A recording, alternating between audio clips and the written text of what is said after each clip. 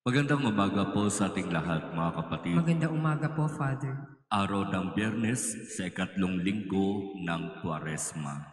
Sa aming pagninilay, balikan natin ang narinig natin mula sa unang pagbasa hango sa aklat ni Propeta Oseas. Maaring ito ang sagot ng Diyos sa mga tanong na binibigay natin sa Kanya. Bakit ganito ang nangyayari sa aking buhay ngayon? Bakit ako? Bakit sa akin ibinigay ang sakit na ito? Bakit sa akin ibinigay itong parabang parusa na ito? Bakit ganito ang nangyari sa akin? Sabi ni Propeta Oseas, ito ang sabi ng Panginoon, Israel, manumbalik ka na sa Panginoon na iyong Diyos. Ang pagbagsak mo ay bunga ng iyong kasamaan. Pagnilayan natin ang mga salitang ito mula sa ating Panginoon. Ang pagbagsak mo ay bunga ng iyong kasamaan. Na kung dumating ako sa punto na tinatanong ko ang Diyos, bakit ito nangyayari sa akin? Bakit ako? Bakit sa akin? Bakit sa pamilya ko? Bakit sa amin? Bakit hindi natin tanungin ang ating mga sarili? Hindi ba dapat lang na makamit natin ang kung anong sitwasyon mayroon tayo ngayon dahil na rin sa ating sariling kapabayaan at kasalanan? Ang dami nating naririnig na mga kwento, makapangyarihan noon, malakas noon, mayaman noon, bumagsak.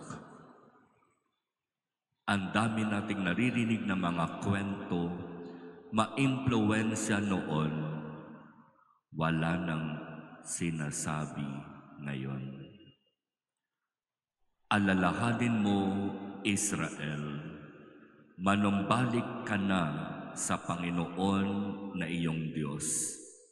Ang pagbagsak mo ay bunga ng iyong kasamaan. Kaya tamang-tama ang paalaala ng Kwaresma para sa ating lahat.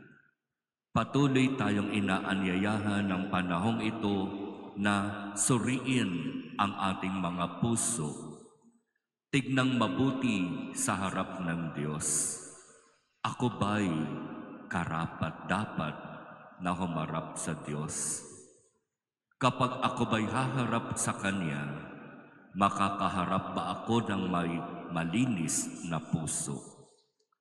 Makakaharap ba ako sa Diyos na para bang malinaw na sasabihin ko sa Kanya, Panginoon, makakaharap ako sa iyo kasi alam ko malinis ang aking konsyensya.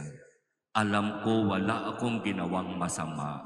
Alam ko wala akong inargabyadong tao. Kaya makakaharap ako sa iyo, Panginoon. O baka naman hanggang ngayon, namumuhay pa rin tayo sa kasinungalingan. Napilit nating ipinipikit yung ating mga mata sa katotohanan ng kung ano ang mga kasamaan at kasalanan na ginawa natin.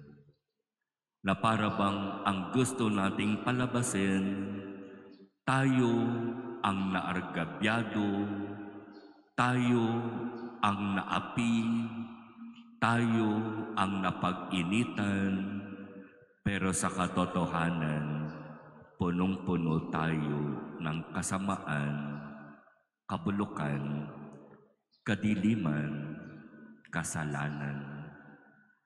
Kaya mga kapatid, hingin natin sa Diyos ang biyaya ng tunay na pagsusuri ng ating mga puso, tunay na pagsisisi at pagbabalik loob, at biyaya ng pagbabago ng buhay.